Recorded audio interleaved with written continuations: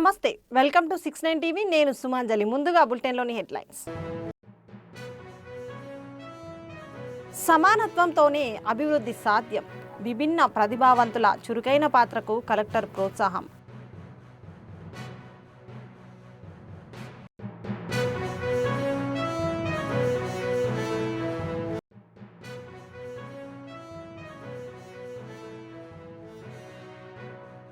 చింతలపూడి ప్రభుత్వ ఏరియా హాస్పిటల్లో ఎమ్మెల్యే ముఖాముఖి సమావేశం.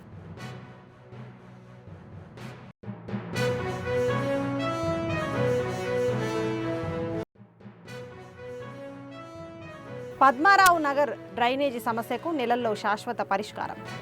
సనత్ నగర్ ఎమ్మెల్యే తలసాని శ్రీనివాస్ యాదవ్ ప్రకటించారు.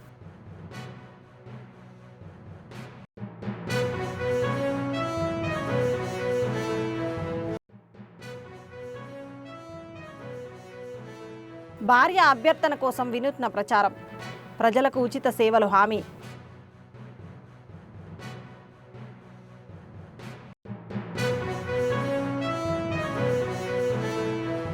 ఇక డీటెయిల్స్లోకి వెళ్తే, విభిన్న ప్రతిభావంతుల సౌకర్యార్థం ఇక నుంచి ప్రతి 3 నెలలకు ఒకసారి ప్రత్యేక జాబ్ మేళా నిర్వహిస్తామని, ప్రభుత్వం నుంచి వచ్చే పథకాలు, ఆర్థిక ప్రయోజనాలు తప్పకుండా అందేలా చర్యలు తీసుకుంటామని విశాఖ జిల్లా కలెక్టర్ హరీంద్ర ప్రసాద్ పేర్కొన్నారు. సాధారణ పౌరులకు దీటుగా అన్ని రకాల కార్యకలాపాల్లో ఉత్సాహంగా వ్యవహరిస్తున్న విభిన్న ప్రతిభావంతుల పనితీరు ప్రశంసనీయమని, వారి నడత అందరిలో స్ఫూర్తి నింపుతుందని అన్నారు. విభిన్న ప్రతిభావంతుల శాఖ ఆధ్వర్యంలో విఎంఆర్డీఏ చిల్డ్రన్ ఎరీనాలో జరిగిన వేడుకల్లో ఆయన ముఖ్య అతిథిగా పాల్గొన్నారు. ఇటీవల అంతర్జాతీయ అందుల క్రికెట్ మ్యాచ్లో కీలకంగా వ్యవహరించిన, విజయం సాధించిన పాంగి కరుణకుమారి ఆట తీరేదానికి నిదర్శనమన్నారు. అంగవైకల్యం కలిగిన వారు కుంగిపోకుండా ప్రతి ఒక్కరూ ఒక కరుణకుమారిలా ఎదగాలని ఆకాంక్షించారు. అందరితో సమానంగా ఎదగాలనే ఉద్దేశంతో ప్రభుత్వం ఎన్నో రకాల పథకాలు అమలు చేస్తుందని, ఎన్నో రకాలుగా చేయూతనిస్తుందని, అధికార యంత్రాంగం కూడా విభిన్న మార్గాల్లో చేయూతనిస్తుందని కలెక్టర్ పేర్కొన్నారు. పింఛను 3,000 రూపాయల నుంచి 6,000కు పెంచిందని, అలాగే మంచానికి పరిమితమైన వారికి 5,000 నుంచి 15,000కు పెంచిందని గుర్తు చేశారు. సంవత్సరంలో 7 రోజుల ప్రత్యేక సెలవులు ఇస్తోందని, ఉద్యోగ నియామకాల్లో అర్హత వయస్సు 52 సంవత్సరాలకు పెంచిందని, ముఖ ఆధారిత హాజరు నుంచి మినహాయింపు ఇచ్చిందని వివరించారు. సమానత్వంతోనే సరైన అభివృద్ధి సాధ్యమని, దానికి అనుగుణంగానే అన్ని రకాల చర్యలు తీసుకుంటామన్నారు.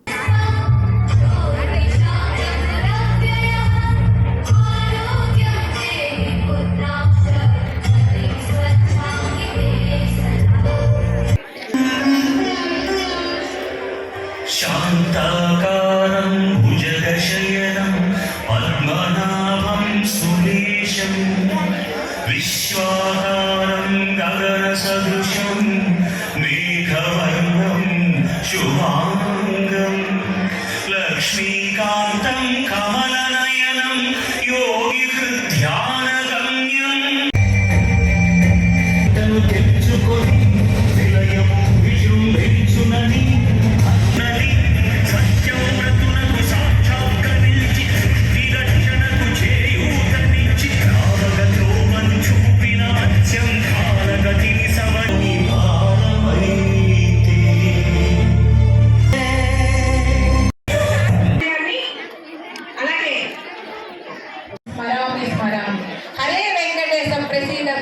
ప్రియం వెంకటేశ ప్రియశ్చ ప్రియ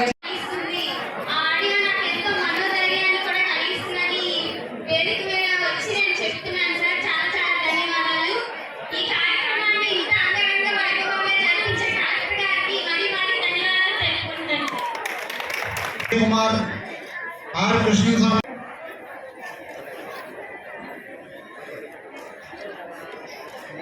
ఆర్ దేవరాజ్ స్టేట్ లో కూడా మెడల్ కొట్టారండి. Vamsi Krishna and R Krishna, T Uday Kumar. ధన్యవాదాలు.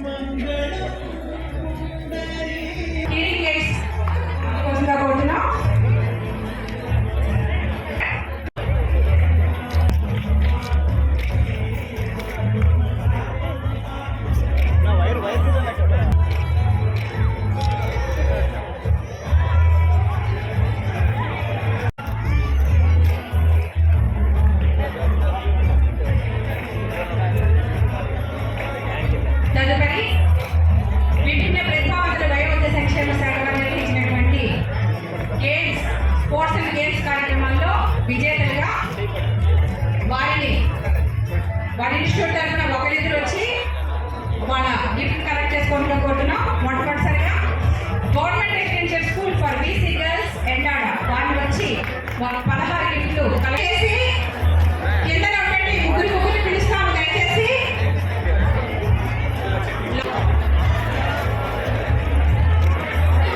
దయచేసి అందరూ కూర్చోండి. ఒకరు అయిపోయిన తర్వాత ఒకరు పిలుస్తాం. కలెక్టర్ గారు చెప్పినట్టుగా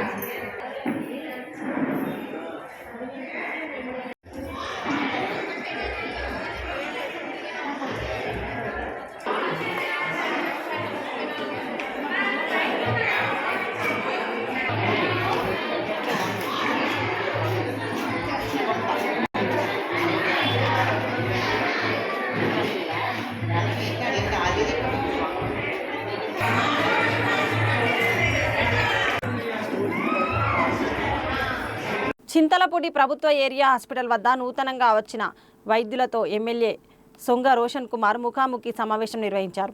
ఈ సందర్భంగా ఎమ్మెల్యే మాట్లాడుతూ చింతలపూడి ఏరియా హాస్పిటల్ పనిచేసే వైద్యులకు ఓపిక అవసరమని, ఇక్కడ ప్రజలకు బాగా పనిచేస్తే అభిమానిస్తారని తెలిపారు. వైద్యులకు ఏమైనా సమస్యలు ఉంటే నేరుగా మాకు చెప్పవచ్చని, వైద్యుల నుంచి వైద్య సేవలు ఎలా ఉపయోగించుకుంటామో వారికి సమస్య వస్తే కూడా అదేవిధంగా అండగా ఉంటామని తెలిపారు.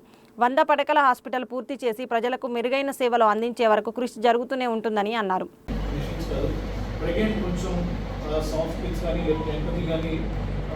మా మనుషులు ఏంటంటే ప్రేమిస్తే ఎక్కువ ప్రేమిస్తారు, మళ్ళీ ఏదైనా అంటే కొంచెం అవుతారు. దాకా రమాన్ని చెప్పినట్టు సో బ్యాలెన్స్కి వెళ్ళండి, కౌంటర్ చేయగలిగారు. ఓకే, సో తర్వాత డెఫినెట్గా నేను నా సైడ్ నుంచి ఏవైతే షార్ట్ ఫాల్స్ ఉన్నాయో అచీవ్ చేయడానికి నేను టైం ట్రై చేస్తాను. అలాగే మనకి ఇక్కడ మీడియా సపోర్ట్ కూడా చాలా అవసరం. సో మీడియా మీరు కూడా ఏంటంటే అందరూ కూడా సపోర్ట్ చేయండి. ఐ మీన్ ఏదైనా ఉంటే ఫీడ్బ్యాక్ అది ఇట్లా క్లోజ్ ఫార్వర్డ్ చెప్పండి. ఎందుకంటే వాళ్ళు కూడా స్ట్రైట్గా వింటారు, నేను కూడా వింటాను కాబట్టి వాటిని అడ్రస్ చేసుకుంటూ వెళ్దాం. సో నేను అనుకుంటున్నాను గతంలో కంటే ఇప్పుడు ఇంప్రూవ్మెంట్ ఉందనుకుంటున్నాను. I don't know how many of you respond, but డెఫినెట్గా నేను మాత్రం చూస్తున్నాను, ఇంప్రూవ్మెంట్ చూస్తున్నాను.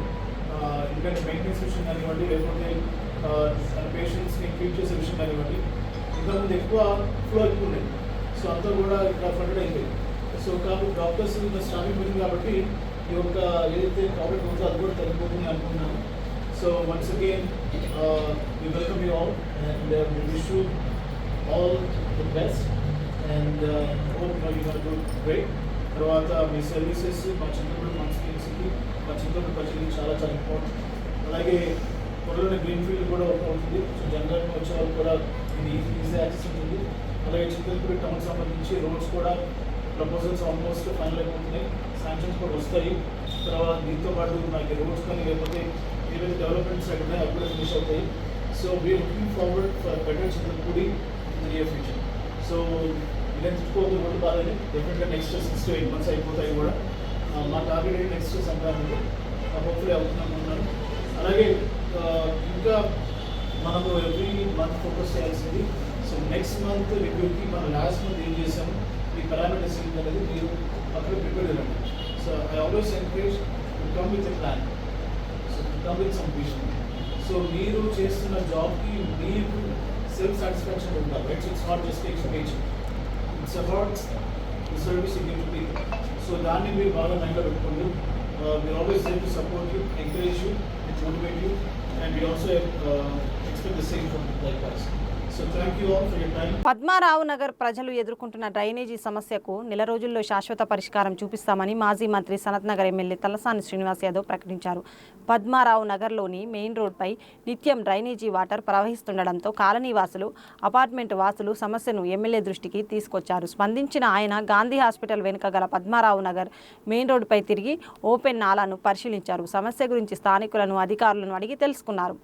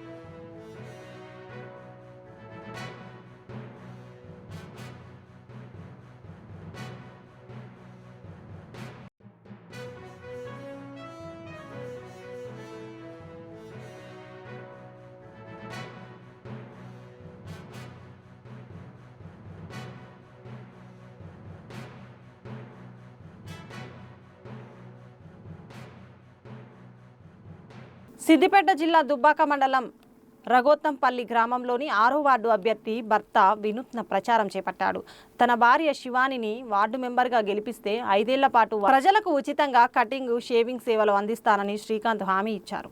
మండలం రఘోత్తంపల్లి గ్రామంలో 6వ వార్డులో శివాని, శ్రీకాంత్ అనే మేము నామినేషన్ దాఖలు చేయడం జరిగింది. వార్డు సభ్యులు అందరూ కలిసి భారీ మెజార్టీతో గెలిపించగలరని వార్డు సభ్యులకు తెలియజేస్తున్నాను. అదేవిధంగా వార్డులో ఉన్న వాళ్ళందరూ కొంతమంది ఉన్నవారు ఉంటారు, కొంతమంది లేని వాళ్ళు ఉంటారు. కాబట్టి నా వృత్తి మంగళ వృత్తి కాబట్టి మేము అందరికీ, నా వార్డు సభ్యులందరికీ, మగవాళ్ళకి ఫ్రీగా కటింగ్ గడ్డలు చేయదలుచుకున్నాను. ఎందుకంటే అందరు సమానంగా చూడదామని చెప్పేసి, నా గ్రామం మా వార్డులో చూద్దామని చెప్పేసి అట్లా చేద్దామని చెప్పేసి దాంతోపాటు మా వార్డు చాలా వెనుకబడ్డది కాబట్టి దాన్ని కొంచెం ముందుకు తీసుకొని ఆదర్శ వార్డుగా రఘోత్తంపల్లి గ్రామంలో ఆదర్శ వార్డుగా నిలుద్దామని చెప్పేసి వర్క్ చేద్దామని చెప్పేసి ముందుకు రావడం జరిగింది.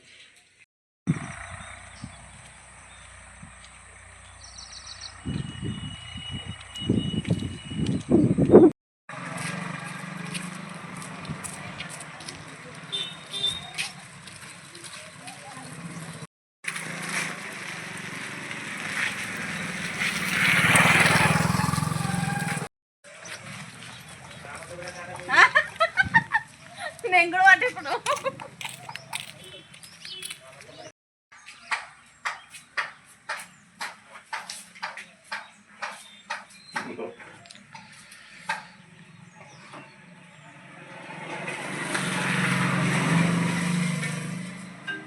మళ్ళీ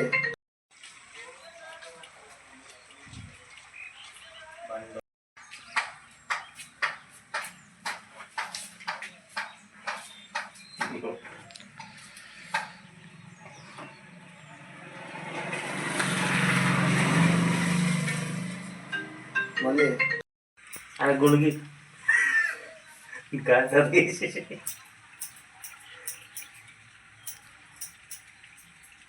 అప్పుడు గడమైతే అది అంతుంది.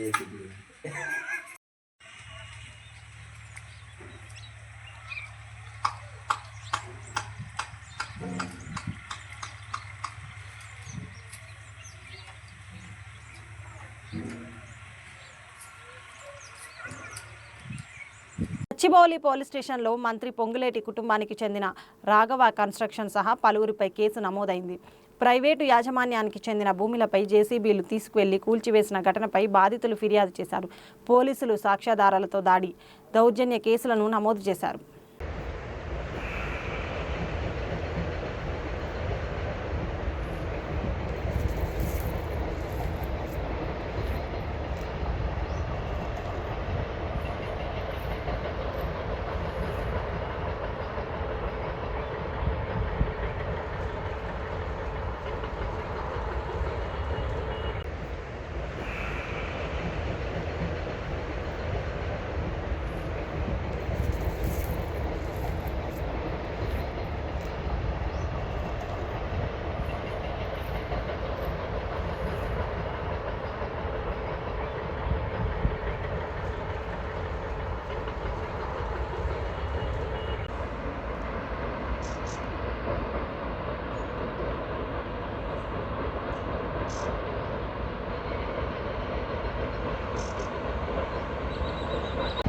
జూమే కొట్టు.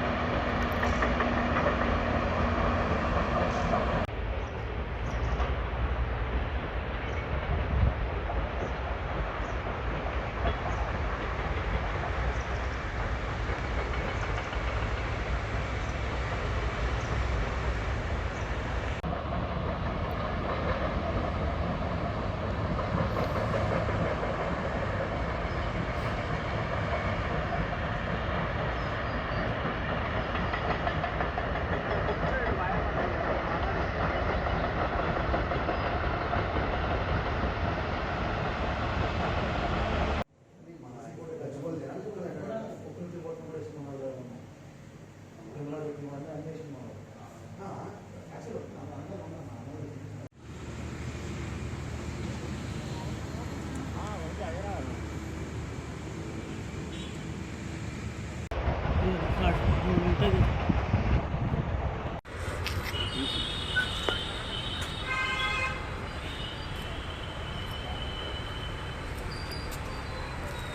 జిల్లాలోని ఖానాపూర్ మండలం సోమార్పేట్ గ్రామానికి చెందిన బీఆర్ఎస్ సర్పంచ్ అభ్యర్థి భర్త బండారి రవీందర్ ఇంటి సమీపంలోని పాకలో ఉరివేసుకుని ఆత్మహత్య చేశాడు. మృతికి గల కారణాలు ఇంకా తెలియాల్సి ఉన్నాయి.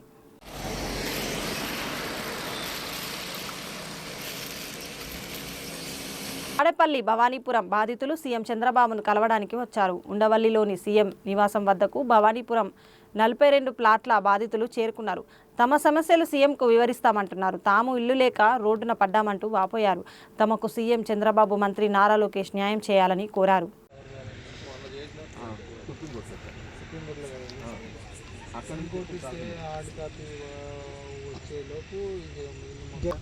రెండోది ఇక్కడ ఏదేం చెప్పేదంటే ఈ హై సెక్యూరిటీ జోన్లో మీరు మీ బాధ అనేది ఆల్మోస్ట్ మీరు చెప్పిన దాని ప్రకారం అంతా రీచ్ అయి ఉంటుంది.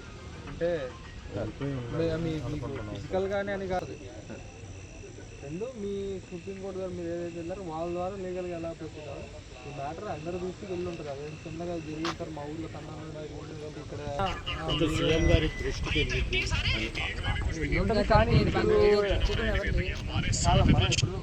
దానికి మార్గం ఏంటంటే ఏదైనా మార్నింగ్ టైంలో ఇక్కడ వచ్చే ఇలా వచ్చారు, ఇలా రిప్రజెంటేషన్ ఇస్తారు అని మార్నింగ్ టైంలో, లేదంటే వాళ్ళు ఒక సొల్యూషన్ ఇచ్చి పంపిస్తారు.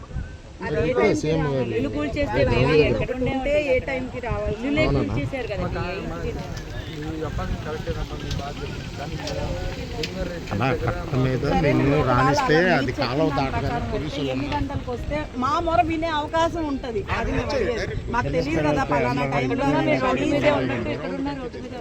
దీనికి మేము బాధపడట్లేదు. చూసారు కదా సార్, ఇల్లుకు పోగేసి పెట్టారు సార్ అక్కడ. ఇక్కడే బాధల్లో ఉన్నాం. ఏ టైంకి వస్తే మా మాట మా మొర లోకల్గా పోలీసు మీరు రేపు మార్నింగ్ టైంలో మా దగ్గరకు వస్తే ఇక్కడ ఇవ్వాలనుకుంటే మీరు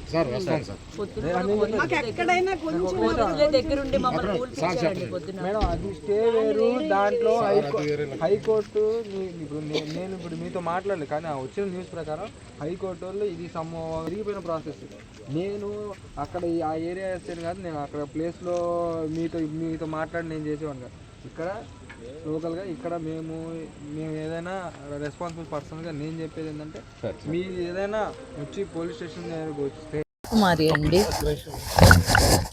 నా పేరు లలిత కుమారి అండి. మాది 1వ నెంబర్ ప్లాట్. మేము 2001లో ఆ వెంచర్ వేసారండి. మేము 2013లో వేరే వాళ్ళ దగ్గర ఆ వెంచర్ వేసినప్పుడు వేరే వాళ్ళు కొనుక్కున్నారు. వేరే వాళ్ళ దగ్గర నుంచి మేము కొనుక్కున్నామండి. 2016లో మాకు లాయర్ నోటీస్ ఇచ్చారు. ఇదేమిటని కోర్టులో పోరాడుతూనే ఉన్నాము. మాకు ఆల్రెడీ ఇప్పుడు స్టే ఉండగా సుప్రీంకోర్టుకి వెళ్ళాము. మాకు స్టే ఉండగా ఆగండి అని ఆగకుండా ఇంట్లోంచి బయటకు లాగేసి మా వారి స్ట్రౌట్ నీ మీద ఎక్కిస్తాం రా బుల్డోజరు అని అన్నారు. అలాగే కట్టుబట్టలతో బయటకు వచ్చి మాకు ఏం చేయాలో అర్థం కాని స్థితిలో రోడ్డు మీద ఉంటే సీఎం గారి దగ్గరకన్నా వెళ్తే మాకు న్యాయం జరిగింది. నాకు 55 సంవత్సరాలు.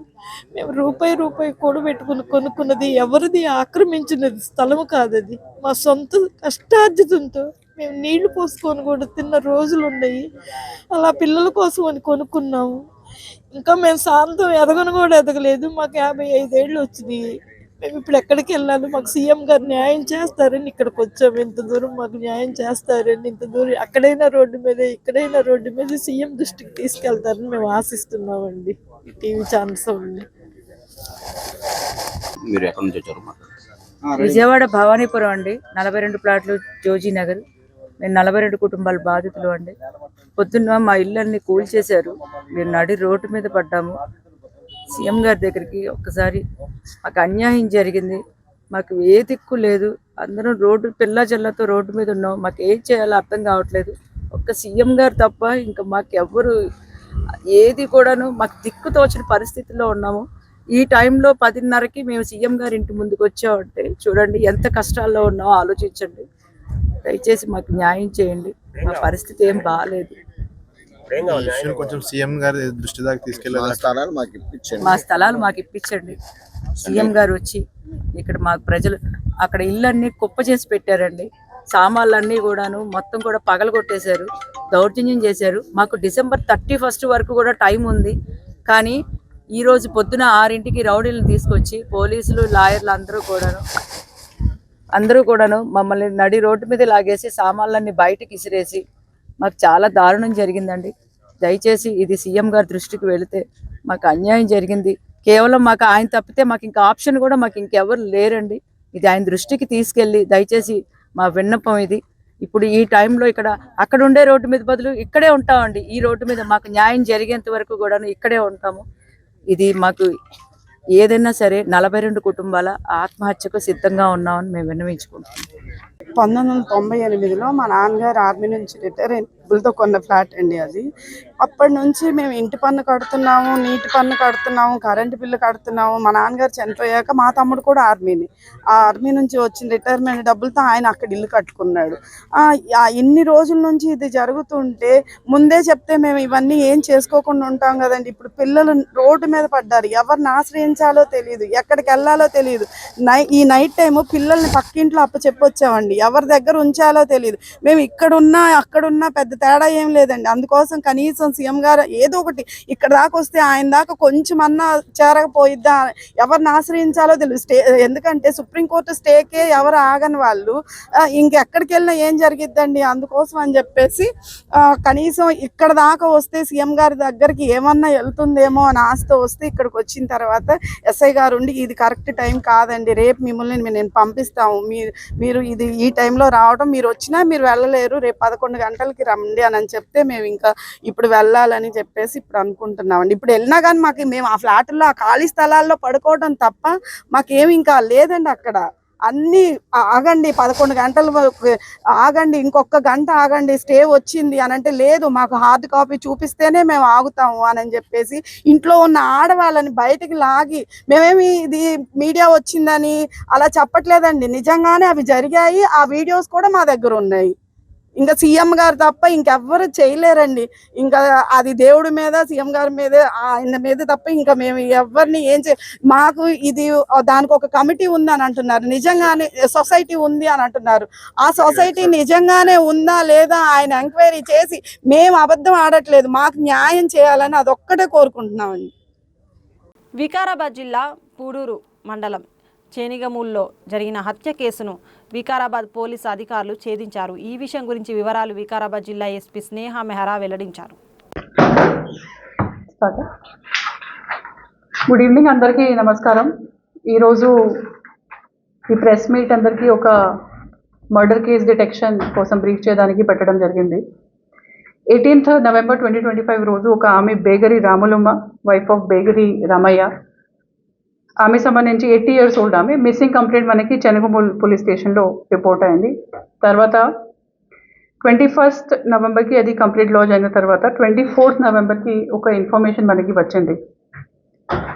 ఆ లోకల్ రెసిడెంట్ ఒక ఇల్లు అబాండెండ్ హౌస్ అంటే వదిలేసి జలీల్ మియా హౌస్, అక్కడ ఫౌల్ స్మెల్, కొంచెం స్మెల్ వస్తే ఒక సంచి నోటీస్ చేశారు. ఆ సంచిలో కొంచెం డౌట్ వస్తే మళ్ళీ పోలీస్కి కూడా ఇన్ఫార్మ్ చేయడం జరిగింది. అక్కడ వెరిఫై చేస్తే ఆ సంచిలో టోటలీ డీకంపోజ్ బాడీ దొరికింది.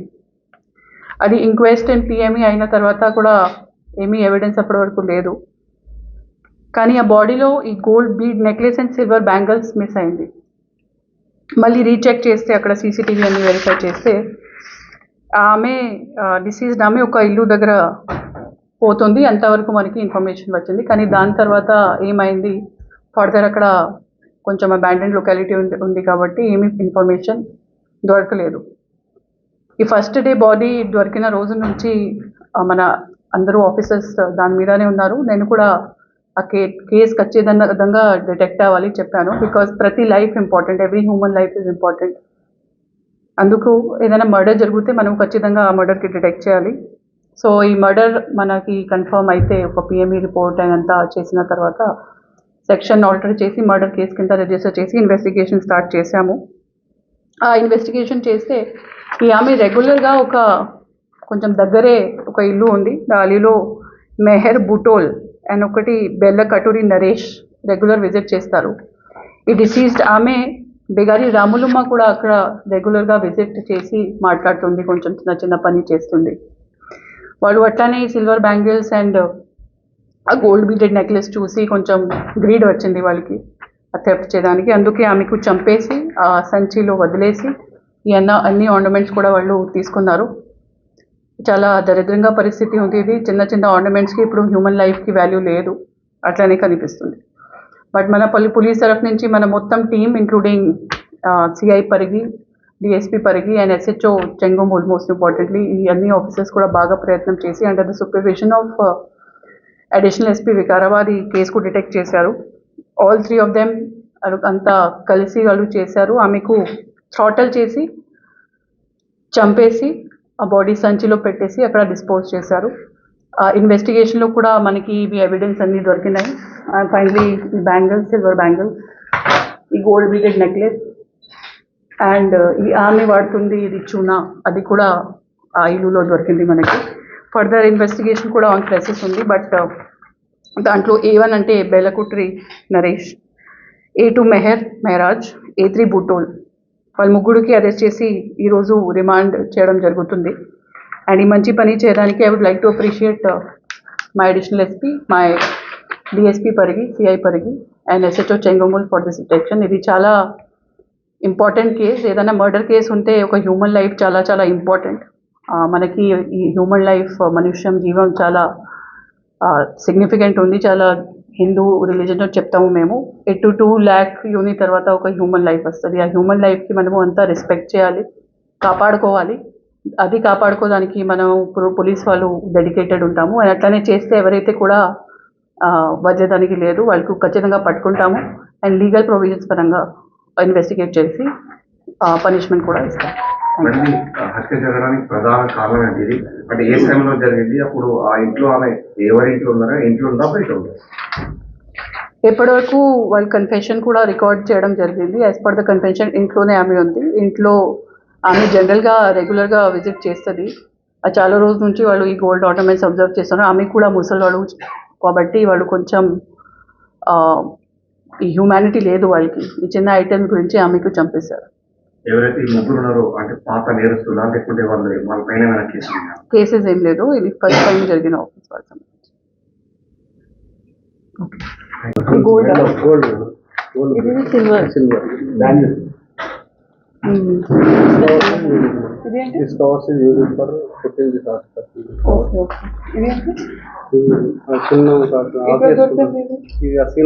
ఇంటి పైన దొరికింది. కానీ ఇది ఆమె పాన్ మేడం, పాన్. బులెటిన్ ముగించే ముందు హెడ్లైన్స్ మరోసారి. సమానత్వంతోనే అభివృద్ధి సాధ్యం. విభిన్న ప్రతిభావంతుల చురుకైన పాత్రకు కలెక్టర్ ప్రోత్సాహం.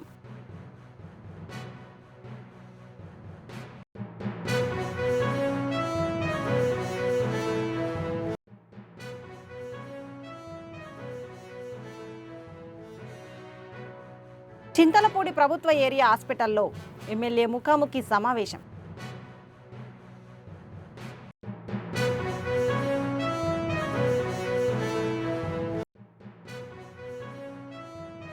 పద్మారావు నగర్ డ్రైనేజీ సమస్యకు నెలల్లో శాశ్వత పరిష్కారం. సనత్ నగర్ ఎమ్మెల్యే తలసాని శ్రీనివాస్ యాదవ్ ప్రకటించారు.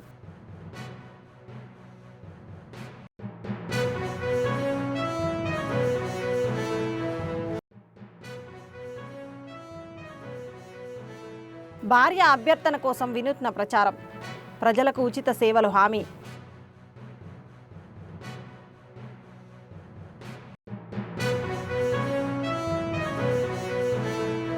ఇవి బులెటిన్ విశేషాలు. మరిన్ని అప్డేట్స్ కోసం చూస్తూనే ఉండండి 69 TV న్యూస్. నేను సుమాంజలి, సైనింగ్ ఆఫ్.